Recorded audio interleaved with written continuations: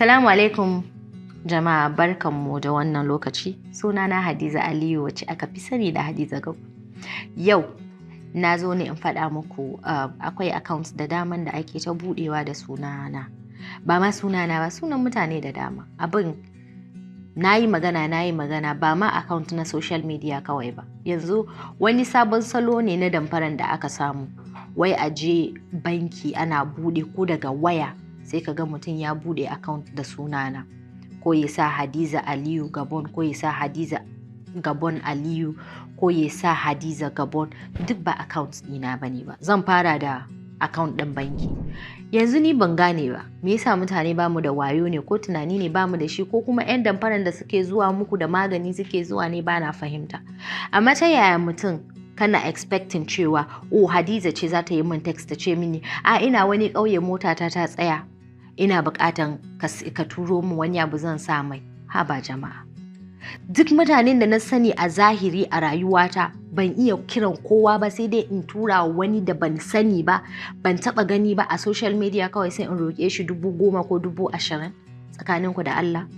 Ko kuma a ce maka ina siyar da kaya, da gaske ina siyar da kaya. Ina da shago, sunan shago na Beauty Natural Fashion House. Sannan ina da page a Instagram, Beauty Natural Fashion House. In dai ba wannan ba ni bane ba. Na san yanzu ma in nayi ma magana yanzu sai an je an samu wanda za su kirkiro wani account da the same suna. Amma ku yi taka tsantsan.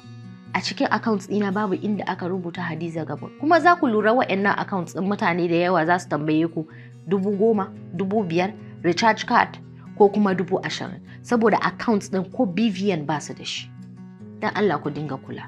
Ba zan roƙe ku kuɗi a social media ba na kasa nake da shi ba ciwo nake da shi ba hauka bane ba. Kawai sai in koma in je in yi bara mana a wasu wurare. Ta yaya zan zo ina bara a social media? Dan Allah dan Annabi ku dinga ganewa. Sannan akwai accounts da ake budewa a TikTok, Facebook da Instagram. Ba ni da wani account na wani talk show ɗina. Duk wani abin da nake sakawa a social media kamar platform ɗin su TikTok, Instagram, Facebook, ina sakawa a main page ɗina Hadiza Aliyu. Shine a Facebook ɗina kuma verified account. Hadizatu shine a Instagram ɗina verified account. A TikTok the same thing, Hadiza Aliyu Gabon.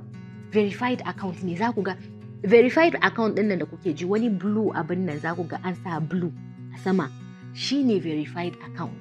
Dan Allah, duk da dai yanzu Allah na tuba verification ɗin ma saya ake yi, amma a dinga taka tsantsan. Ba zan roƙi kuɗi ba zan ba da account number na ba zan ce maka ina buƙata, ko kuma kun ga an tura muku hannu. Kwanakin baya wani daga Kamaru aka kira mamanmu aka ce ina magana da wani na buƙaci kuɗi a hannun shi. Sai da aka tura mata da namba sai ta ce namban nan ba na yarta bane ba. Dan Allah, ba na Facebook. Akwai lokacin da aka zo aka ce ina samun ma mutane visa suna tafiya Canada. Ni in kai kaina mana Canada, inda gaske ne ina da aikin da nake bawa mutane. Ni ma Najeriya nan nake. Ta yaya wanda yake zaune a Najeriya nake aiki kuma wai ina da hanyar da zan kai mutum Canada? Haba, mu dinga tunani mana. Ni na yi tunani ana cewa mutum yana da hankali nan, kuma yawanci waɗanda ake damfara maza ne. Me yake damun ku ne? Ba an ce kun fi mu hankali ba? Haba. Da fatan dai za mu gane. Ni dai ba zan roƙe ku kuɗi ba. Na gode sosai. Bye.